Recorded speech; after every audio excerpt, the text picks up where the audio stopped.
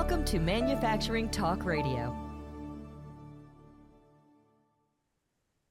Welcome to this episode of Manufacturing Talk Radio. I'm Tim Grady. I'm here with Lou Weiss, who's the founder of Manufacturing Talk Radio, and we're joined by Dr. Chris Kuehl, who's going to regale us about what's happening in the U.S. economy, China, and Russia. This will be an interesting conversation today. Chris, thanks for joining us. You're so welcome, and welcome to your microphone that people are making fun of, and I think it's outstanding. It's vintage. Thank you. I think Tim has to get me one for my birthday. There you go. Right.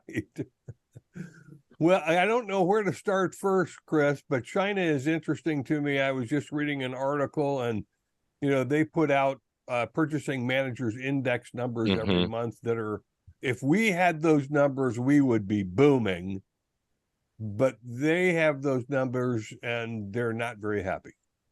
Yeah, and you got to put a little bit of a grain of salt with the Chinese data in general. And it's not that they are as deliberately obfuscating as the Soviet Union did in its day and Russia still does.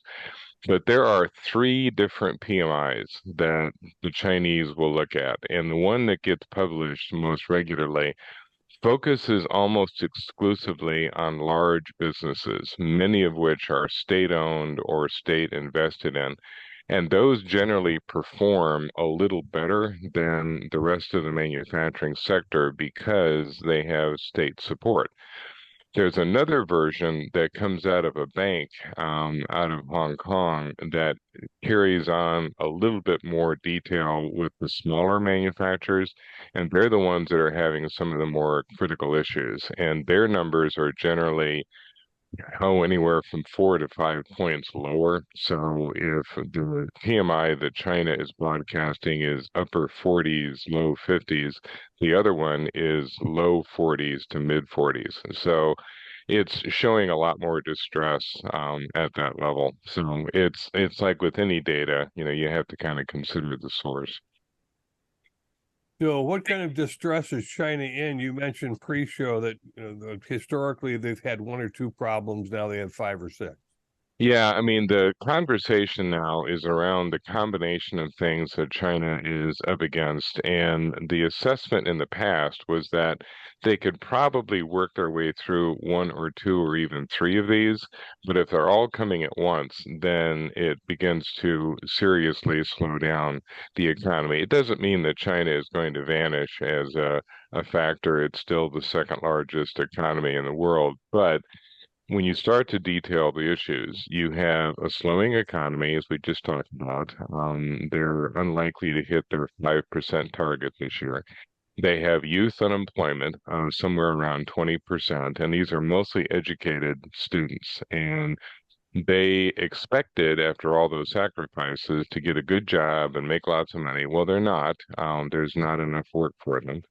Number 3, they're dealing with a real exodus of foreign investment. We've always been a big part of China's growth because U.S. companies, European companies, investing in China, everybody had the same attitude. Wow, if we could just sell one of these things to all 1 billion Chinese, we'd make $1 billion. And it's like, okay, but 1 billion Chinese have no money, so what do they expect to buy that with? Whatever. But we threw a lot of money at China, which we now aren't. That started to decline during the lockdowns and then has continued to decline because of the tension. And then you've got basically the property collapse. I mean, you've got this massive, and people have been expecting this for a while, construction of housing. It just was way past where the demand was. And so now you have all these big property organizations crashing and burning almost on a weekly basis. All of this combines with the fact that you're also seeing a weakening Chinese currency. It's down 6% against the dollar in just the last month. And this compromises their imports. And we think about China as an export country. They also import a lot of stuff, not necessarily from us, but they imported oil and all kinds of things which are denominated in dollars. And that's part of why China has been trying to figure out ways to do business with other countries and not use dollars, because the dollar value for them has gotten costly. All of those things together put a lot of pressure on the government to solve a whole lot of problems at once. And the solution for each of these problems makes the other problems worse. So, it's kind of like, okay, if I solve this, well, then that makes this worse. Then if I solve that, then that makes this worse. And then if I try to solve all of them, they all get worse. And so, not a great place to be. No, it doesn't sound like it.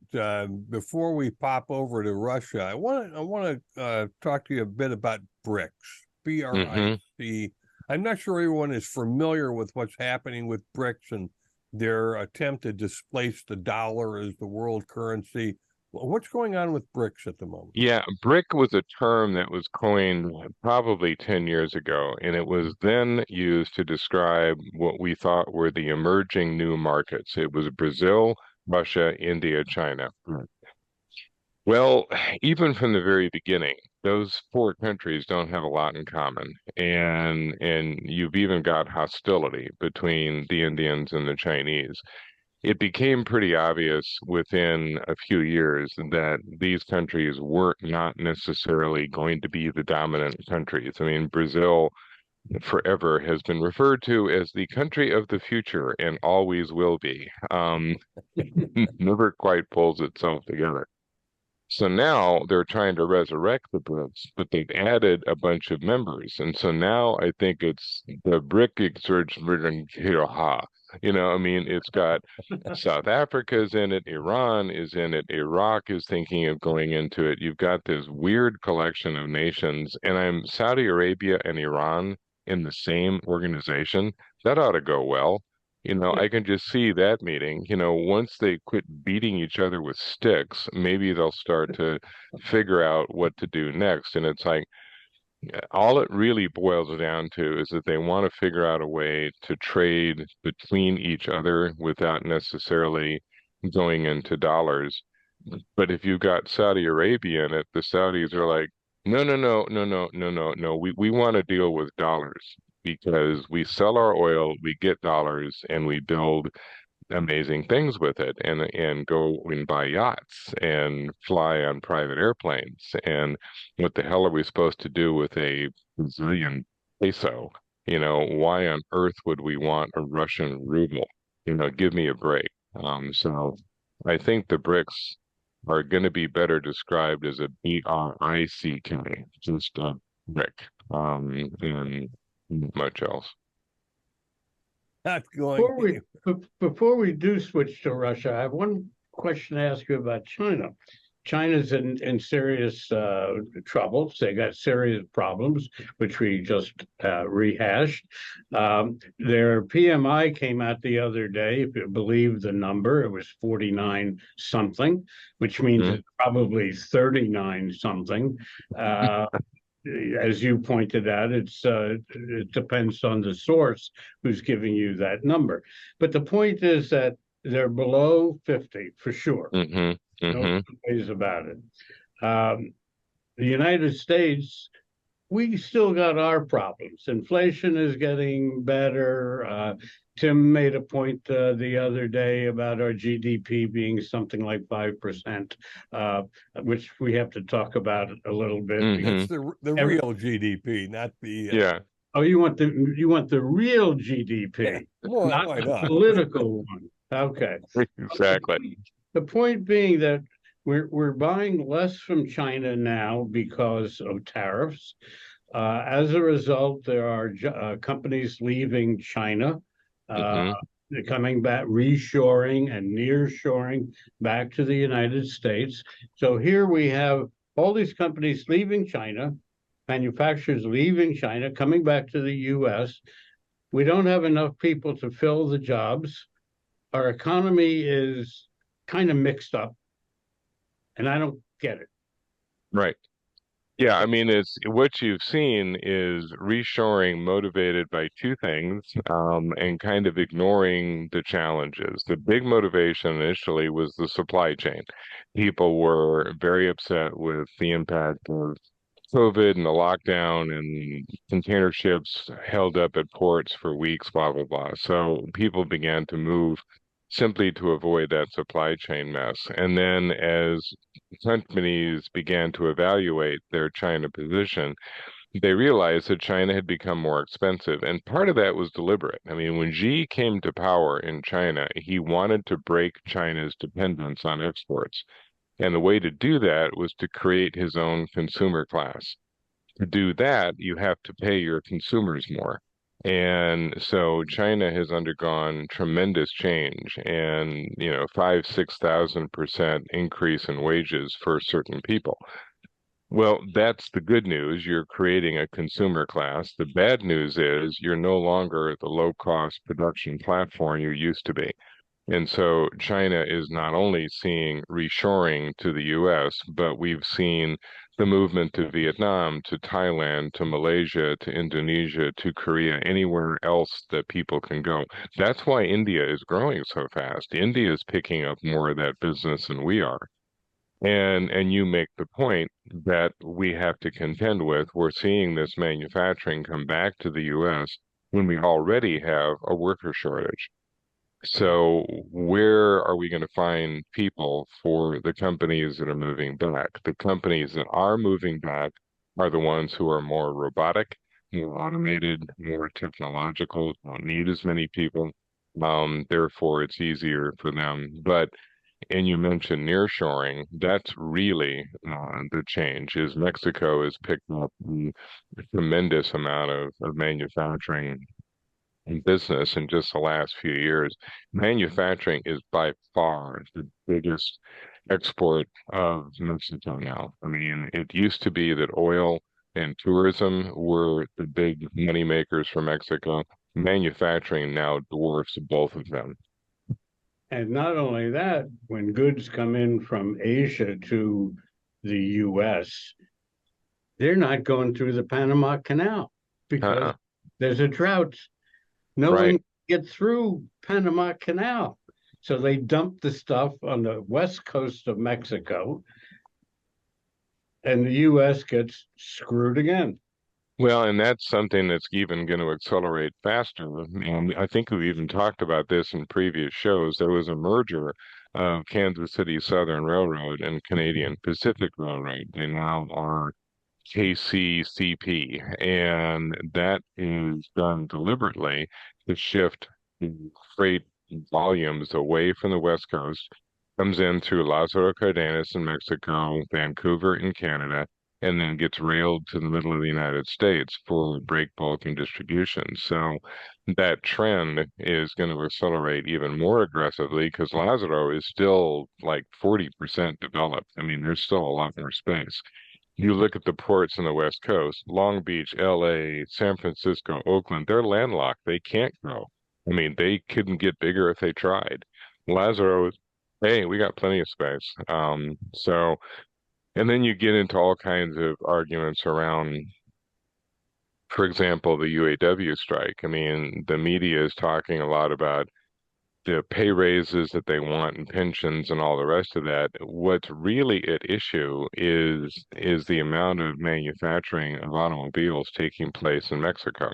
Now, the number one manufacturing export for Mexico is vehicles. And so kind of the hidden issue with UAW is we'll probably give way on wages and pensions and all that stuff. What we want is more of the jobs to stay in the U.S., which may be tricky because we just did something else in Asia that could make that challenging. We read briefly about Biden visiting South Korea and Japan. And what he wants is those two countries to quit beating each other up and combine on China. Because we get along with Japan, we get along with South Korea. Japan and South Korea hate each other. And so we're sort of like, if you guys will cut it out and actually work together on China, we'll give you more access to our automotive sector. And the South Koreans and Japanese were like, "Oh, you now have my attention." We'll That's see how good. that works out. Yep. So let's talk about our comrades over in Eurasia, Russia. War is expensive. How are they doing? They are not doing well. Their economy has been deteriorating for literally the moment they invaded Ukraine.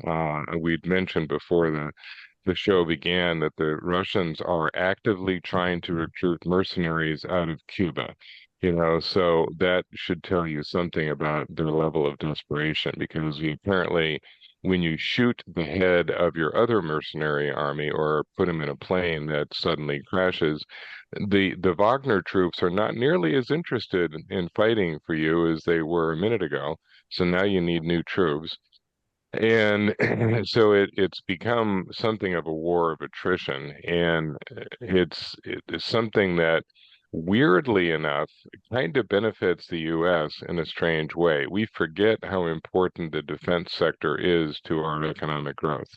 And even though people are decrying the amount of money that's going into supporting Ukraine, we need to remember that 89% of that money never leaves the United States.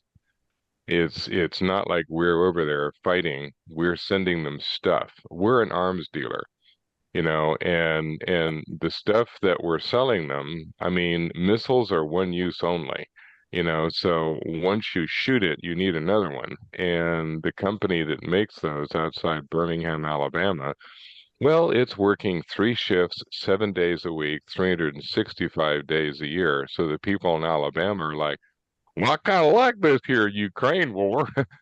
It's meant to raise for me. So there you go. Yeah, no doubt.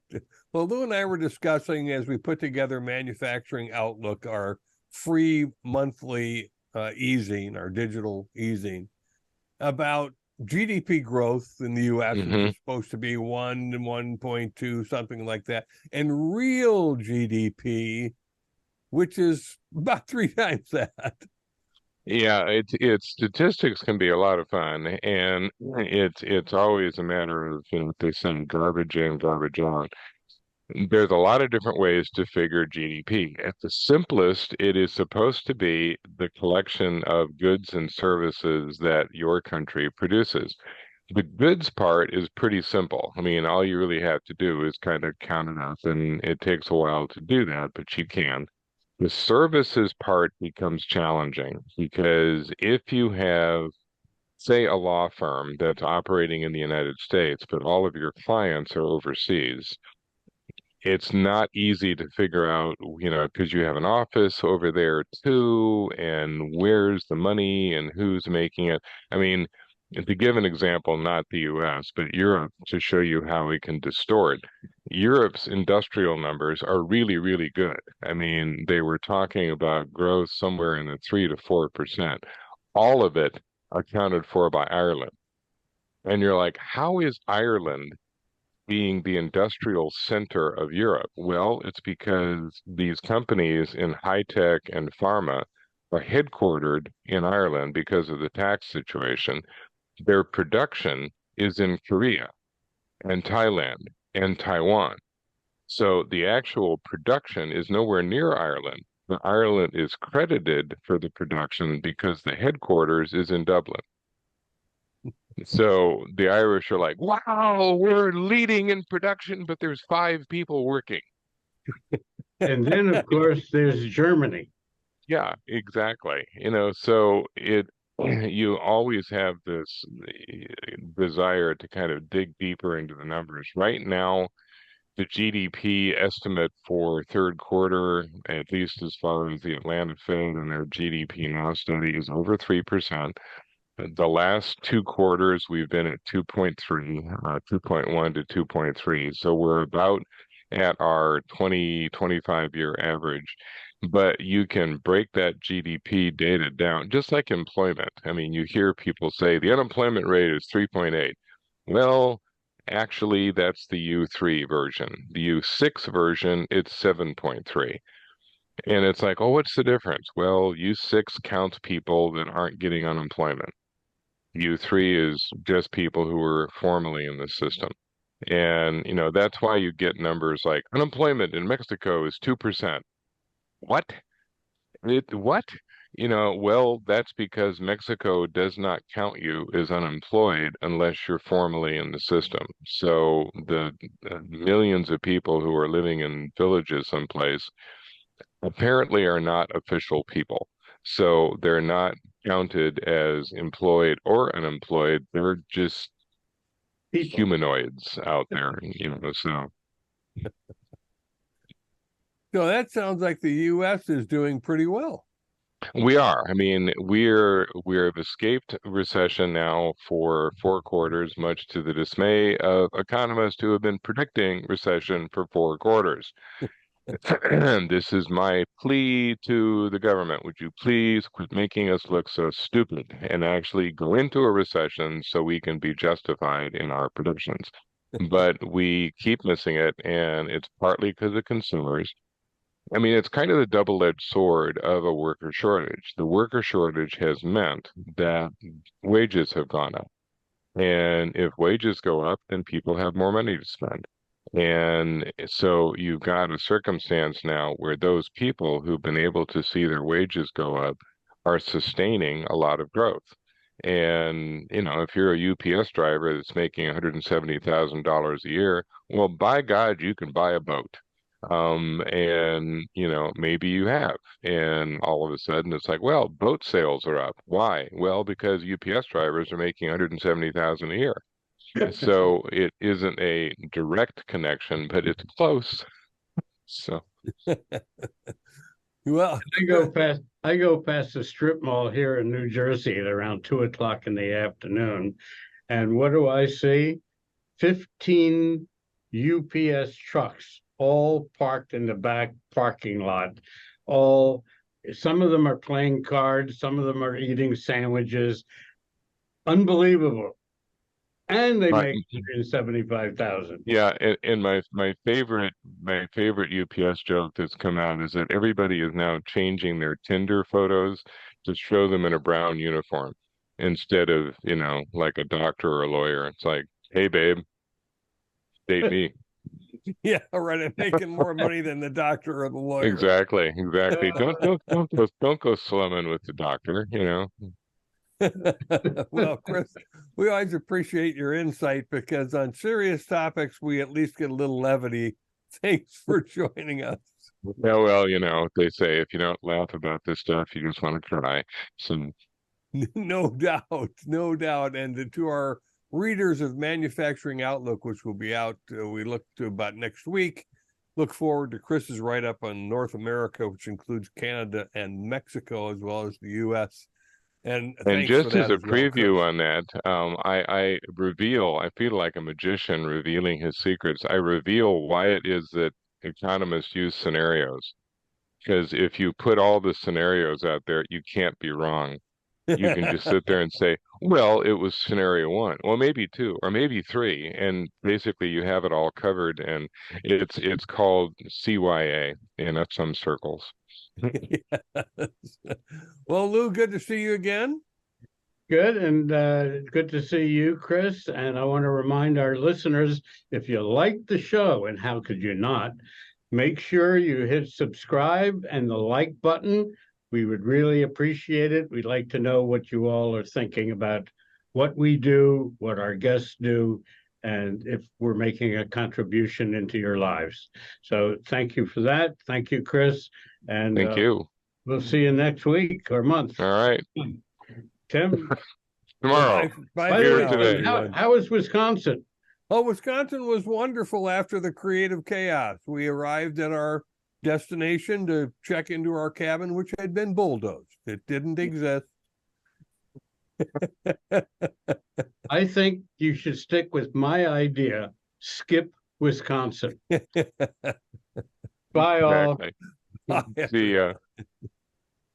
That's our show for today. Thanks for listening. If you enjoyed this episode and would like to support the show, please like and subscribe, share on social media, or leave a review. You can find us on YouTube, Spotify, Apple Podcasts, Google Play, Rumble, or your favorite podcast app. Visit us online at mfgtalkradio.com for our other episodes. We have also included links to our advertisers below. Thanks again, and we'll see you next week.